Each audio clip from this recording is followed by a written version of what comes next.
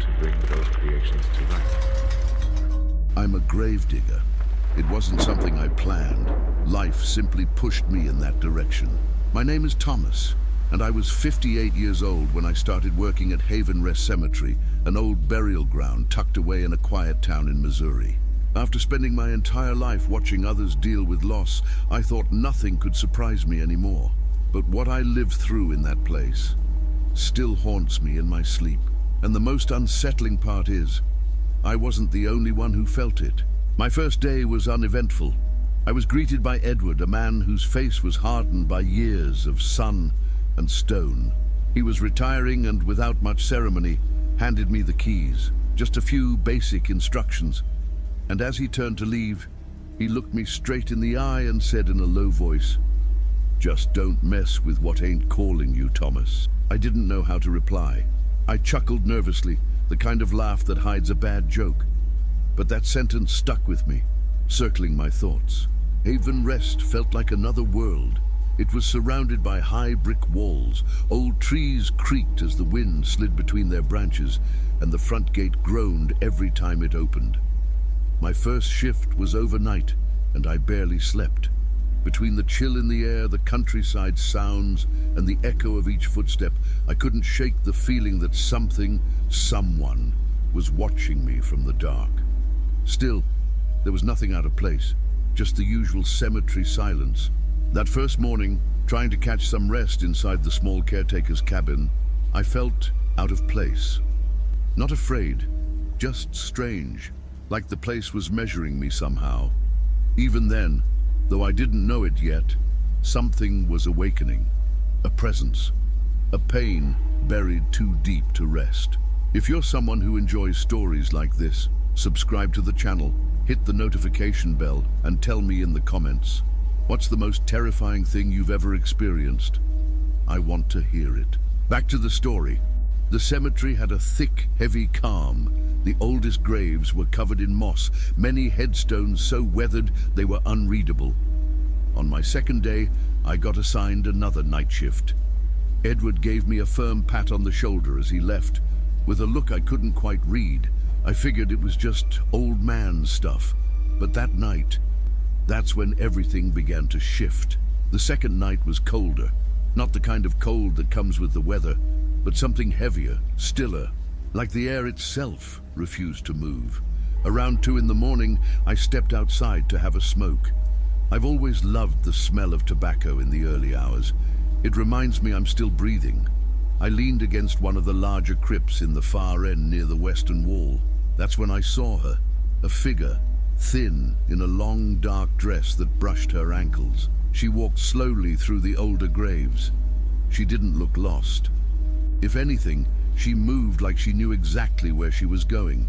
She paused at each headstone, bowed her head, and with her fingertips gently touched the marble like she was caressing it. Then moved on. At first, I figured it was someone from town who had climbed the wall to visit a relative. It wouldn't have been the first time, but something didn't add up. No one walks into a graveyard alone at that hour, and certainly not that calm. I watched her silently, drawing in the smoke more anxiously than usual. She stopped at a cracked tombstone. I couldn't see her face, but her posture said everything, slumped shoulders, head down, like she was carrying the whole weight of the world. Then I heard it. No screams, no moans, just soft sobs, quiet weeping, full of a sorrow so deep I could feel it from where I stood. I moved carefully, trying not to startle her. I stepped lightly between the graves, barely making a sound. When I was only a few yards away, I opened my mouth to speak. But she was gone, just like that. No running, no hiding. She just wasn't there anymore. I looked around. Behind trees, around tall gravestones, even toward the wall. Nothing. There was no way she could have left the grounds without me seeing her. I stood there frozen, the cigarette dead between my fingers, heart pounding in my ears. I returned to the cabin more confused than scared. I hadn't seen a ghost, not the way people imagine them. She was a woman, real, or at least she looked like it. That night I barely slept, tossing and turning on the cot, replaying every detail, the dress, the slow steps, the crying. The next morning, I couldn't help myself. I told Edward. I thought he'd laugh, but he didn't. He looked at me, lit a cigarette, sat down on the cabin step and said, "That's how it starts. She's got no name, no story, just sorrow." Then he added something that chilled me to the bone. "And don't follow her, Thomas. She doesn't want to be found." That sentence echoed in my mind all day, because even though I wanted to believe it was just a dream, something deep inside already knew the truth. She was going to come back. That night, I didn't need an alarm. I went to bed early, but didn't close my eyes. Something in me was already waiting. Outside, the wind scraped against the bare branches like whispers between teeth. What I felt wasn't fear. It was something else. A tightening in my gut, a tension that refused to let go. Just past 1, I stepped out with my cigarette lit and my senses alert. I walked the main path and stopped at the old section where I'd first seen her. I leaned against an anonymous headstone and waited. Fog began to roll over the ground like it had spilled from a broken jar. Wooden crosses pierced through the mist like bones jutting out from the soil. And then, there she was, moving just like before. Step by step, head lowered, dress brushing her legs. This time, I didn't say a word. I just watched her from afar. She stopped in front of a small grave. I recognized it. It belonged to little Matthew, a boy who'd been hit by a car years ago on the dirt road just outside town. I remembered his funeral, the devastated family, the silent neighbors. She knelt down, placed a hand on the stone, and stayed there, trembling. Then she rose and kept walking. She passed only a few feet from me, never noticing. No glance, no change in pace. It was like I didn't exist. And in that moment I understood. What I was seeing wasn't a ghost, at least not the kind we see in films. It was grief, raw, shapeless, endless, mourning that refused to fade. She went on, stopping at grave after grave. At each one she leaned in, read the name, touched the stone and cried. It was as if she were searching for something among the dead, as if she hoped to find an answer in the silence. And there, among those cold headstones, I felt lonelier than ever. It wasn't fear. It was the sense that something wasn't right, that in this place, each night, a cycle repeated itself that no one else could see. I stayed there until she vanished, just like before. She didn't run. She didn't fade away. She simply dissolved into the mist, the same mist that seemed to thicken when she was near. I returned to the cabin with my throat tight. I no longer had doubts. She wasn't a hallucination. She was part of the cemetery, like the headstones, the dry trees, the forgotten stories. And something in the way she moved, the way she mourned, told me this wasn't random. She wanted me to see her, only I hadn't yet understood what for. The next morning, I woke up with one thing on my mind: the graves she had touched. I didn't know why, but I felt the answer was there. After my shift ended, instead of heading home, I went straight to the cemetery office. I asked for access to the old records and jotted down the names she'd visited the night before. There were 6 in total, 6 different people, or so I thought. I returned to the graveyard with that list in my pocket. I walked among the graves, checking the names, and that's when I saw something that made my heart skip a beat. 3 of them shared the same last name, Rivers. At first I thought it might just be coincidence. It's a fairly common name around here.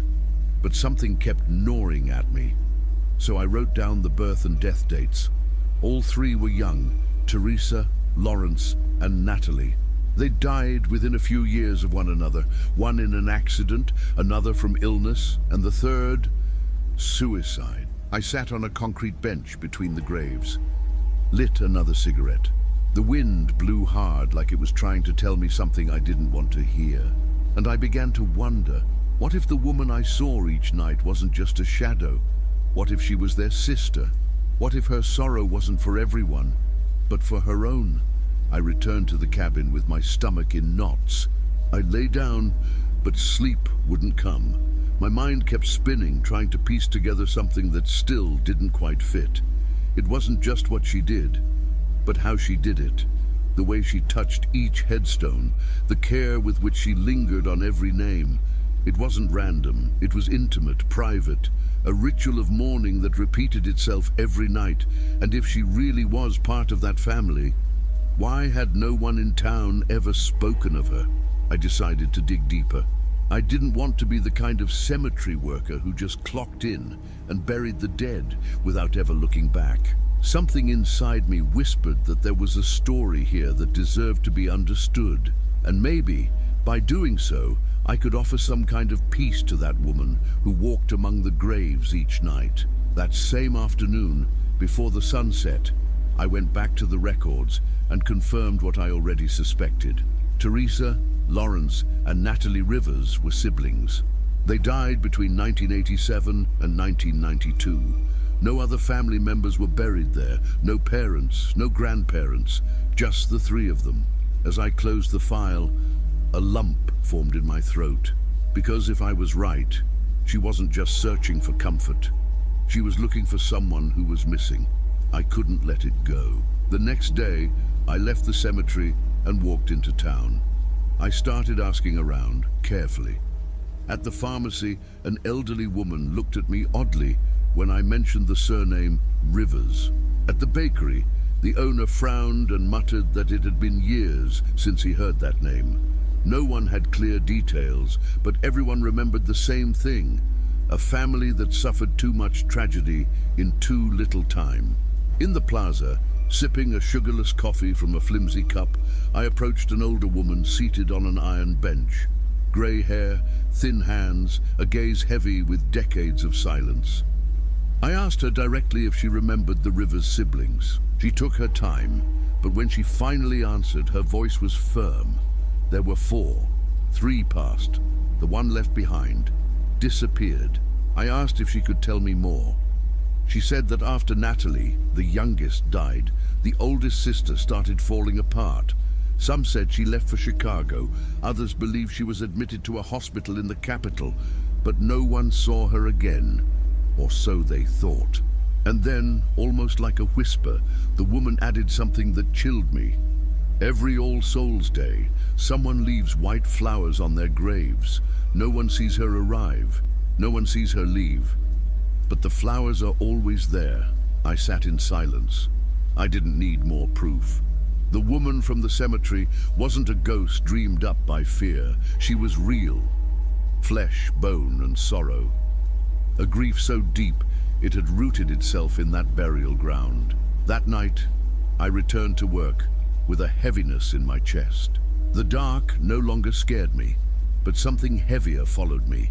The certainty that pain, when left unspoken, becomes presence.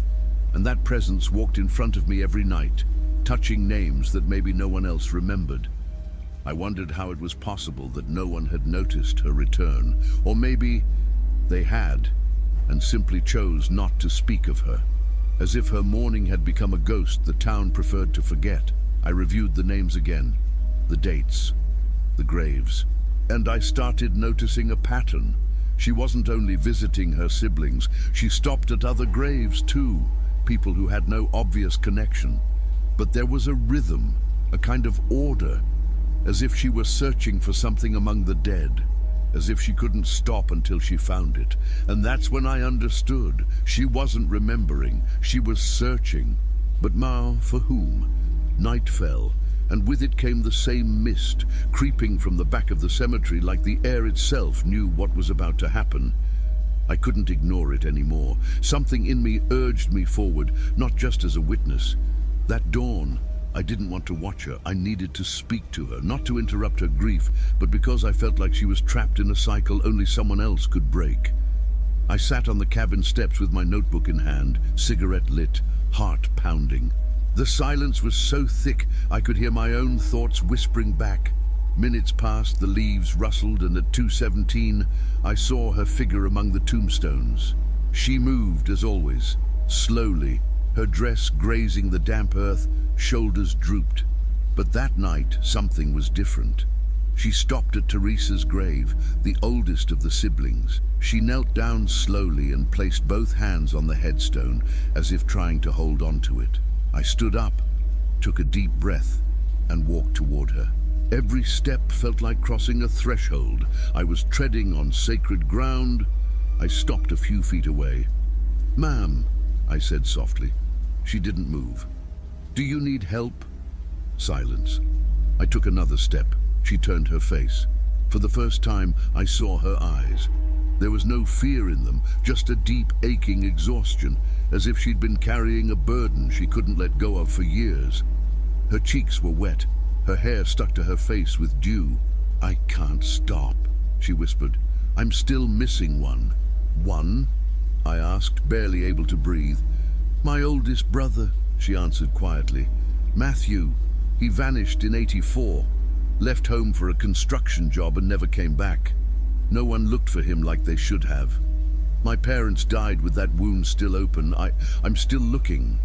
I was speechless. She stood up slowly and walked toward a part of the cemetery I knew well, a strip of land between two forgotten graves. No stone, no cross, no mark, just hardened earth. She knelt and began to cry. Not loud, but painfully. A grief that came from somewhere deep and old. I moved closer. "He should be here," she said, "but they never found his body." That sentence lingered in the air. I didn't know what to say. This wasn't madness. It was memory. It was love. It was a wound left open so long it had turned the cemetery into her only refuge. And I understood.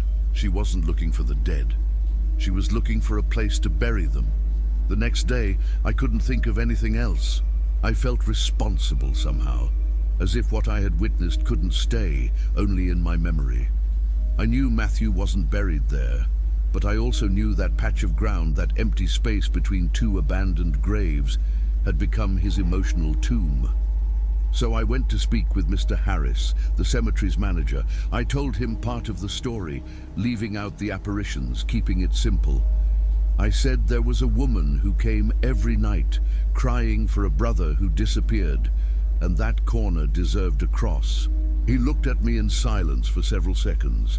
Then he said, "If it doesn't bother anyone, do it. Just make sure it's done with respect." So I did. I bought a piece of dark wood from the town's hardware store. With an old chisel, I carved the name as carefully as I could. Matthew Rivers. Below it, in smaller letters, "Missing since 1984. Here rests the memory of one who left without goodbye." That night, instead of waiting in the cabin, I stayed near the spot where she usually appeared. I placed the cross there myself, right in the middle of the space where I'd seen her kneel. I buried its base deep enough to hold against the wind. When I finished, I sat in silence, cigarette unlit, chest tight.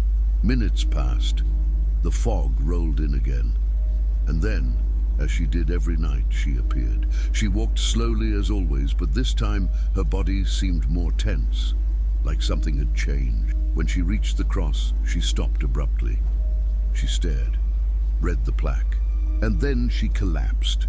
She knelt in front of the cross and rested her forehead on the wood. She cried harder than I had ever seen. Her shoulders shook. Her hands clutched the ground like she needed it to keep from falling apart completely. I didn't say a word. I just watched her from a respectful distance, feeling a kind of reverence I'd never known before. That moment wasn't about ghosts or mystery. It was about humanity, about grief, about closure. She stayed there nearly an hour, touching the cross, whispering things I couldn't hear. Then she stood, wiped her face with the sleeve of her dress, and looked at me. Just for an instant. But her expression had changed. It wasn't full of sorrow anymore.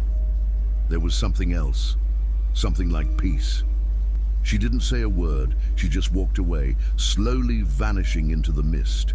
And I knew, without needing to hear it, that night had been different, because someone had finally given her loss a place. Days passed. And for the first time, the cemetery felt different. Not because the wind stopped blowing or the leaves stopped rustling. It was the silence. Still the same, yes, but now it carried a new weight, as if it no longer hid cries, but held rest. Since that night she never returned, not once. In the weeks that followed, every night shift became a quiet wait. I'd light a cigarette as always, walk to the old section, and stand there, looking at the ground where I'd placed the cross. And though I never saw her again, I felt something, like the air itself was holding a silent gratitude. Something had shifted in me too. I was no longer just the man who wrote names or dug graves. I had become a witness to a story no one else knew. A story buried in the grief of one woman and the forgetfulness of a town. And without meaning to, I had become part of its closure. One night, while watering the dry plants around the cabin, it struck me. Maybe she didn't need to be there anymore. Maybe with that cross, she had found what she was looking for. A place to lay her sorrow down. A space to leave her brother, even if only symbolically. That thought made me consider all the other stories cemeteries hold. People who come, leave flowers, kneel, pray, and those who never come at all, who had no body to bury, no final word to say. I realized that often what hurts most isn't death, it's the lack of closure, the emptiness, the unanswered question. Over time, Matthew's cross became part of the landscape. Day visitors would pass by, some noticed, others didn't. But I took care of it. I wiped away the dust, straightened the wood when the wind pushed it, replaced the plaque when the letters started to fade. There was something sacred in that gesture, not religious necessarily, more human than anything else. As if keeping that cross upright also kept alive the story that had changed me. Because after that night, I was never the same. I began to listen more. I paid closer attention to the gestures of those who came to say goodbye to their loved ones. I learned that grief takes many shapes, and some of them don't need words. They just need time and space. And I understood that what I had done for that woman, a cross, a name, a place, wasn't a favor. It was justice, a quiet justice, like everything that happens in cemeteries. But justice nonetheless. Months passed. The routine slowly settled back in, but each night as I passed by Matthew's cross, I felt that small ache in my chest. It wasn't sadness. It was more like an echo, as if her memory still drifted around, but no longer burdened by pain. It was the feeling of having been part of something that mattered, even if no one else knew it. One morning, just as the sun was beginning to touch the tops of the headstones, I saw a woman I didn't recognize. Dressed in black, her hair pulled back, holding a bouquet of white flowers wrapped in old newspaper. She walked with purpose, but her eyes moved quickly, searching for something. I approached respectfully and asked if she needed help. "Is Matthew Rivers's cross here?" she asked. A sharp jolt hit my chest. I nodded and led her to the corner where the cross still stood, firm between the two weathered graves. When she reached it, she stopped in her tracks. She crouched down and touched the wood like she was caressing the face of someone long gone. "I'm Simon's daughter," she said without prompting, "the youngest brother. I never knew much about my Aunt Clara, just that she disappeared after all the deaths. My father used to say the grief had broken her to pieces, but not long ago she passed away. And before she left, she asked me to bring flowers to this place. I stayed quiet. She kept talking, but she wasn't talking to me anymore. She was speaking to Matthew, or maybe to her aunt, or perhaps to all of them. She said Clara had died peacefully in her bed, after spending her final days saying she could finally rest. That everyone was where they were supposed to be. Those words pierced through me, because they were true. Even if the town had forgotten the Rivers family, even if no one spoke of Clara or her siblings anymore, that little corner of the cemetery had achieved something rare: peace. The niece placed the flowers at the base of the cross, made the sign of the cross over her chest, and thanked me. She shook my hand with a look that said more than words ever could, and walked away, slowly, unhurried. I stayed behind, alone, as so many times before, but it wasn't the same kind of solitude. I looked at the cross one more time. The wood was weathered now, but still solid. It wasn't an official grave. There was no body beneath the ground. But there was something just as powerful. Memory. And in cemeteries, memory is worth as much as bones. I understood then that the woman who cried for so many nights wasn't a shadow. She was a sister, a daughter, a woman shattered by grief who only needed a place to set down what she could no longer carry. And in the end, she found it. Today, when I walk through the rows of Haven Rest Cemetery, I always stop at Matthew Rivers' cross. No one tells me to. No one expects it. But it's a habit I can't shake.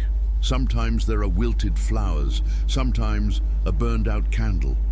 And once in a while, someone leaves a small stone at its base, as if they somehow understand, without knowing the story, that something sacred lies there. I never saw Clara again, not in dreams, not in mist. There were no more apparitions, no strange sounds, just silence. But a different kind of silence. One that, for the first time since I came to this place, felt like rest. As if the cemetery itself had finally exhaled. I thought long and hard about what had really happened. Whether she was a ghost, a living woman who visited at night, or simply a grief so deep it left its mark on the land. But in time, I realized it didn't matter. What mattered was what she represented. Clara wasn't asking for help. She wasn't trying to frighten anyone. She just needed to close something that life had never allowed her to. She never had a body to mourn, no funeral to cry at. Like so many who vanish without a trace, and those who remain carry that wound forever. I didn't do anything extraordinary. I carved a cross, wrote a name, placed a symbol where there was once nothing. But for her, it was everything. It was the period at the end of a story, the place where she could finally stop, let go and breathe. And it changed me. Because ever since then, I see the people who come to this cemetery differently. I don't just see mourners anymore. I see stories, wounds, promises left unkept, words that were never said. And I also see those who have no one to grieve for them, graves with no visitors, names forgotten by all but one. Sometimes I think the ghosts that haunt us most aren't from the beyond. They live with us. They are the absences, the silences, the endings that never came, the empty chairs at the table, the call that was never made, the hug that never happened. And when someone finally gives them a place, even a symbolic one, something changes. The weight lifts, the soul exhales. Matthew's cross is still there. Simple, steady. It's not listed in any official record. But for me, it's one of the most important graves in the entire cemetery, because it stands for what many are too afraid to admit, that we don't always need a body to say goodbye. Sometimes, all it takes is a gesture, a name, a piece of wood that tells the world, someone was here, and someone remembers. And every time I pass that corner, I stop, touch the cross, and think of her not as a ghost, but as a sister who finally found her way home.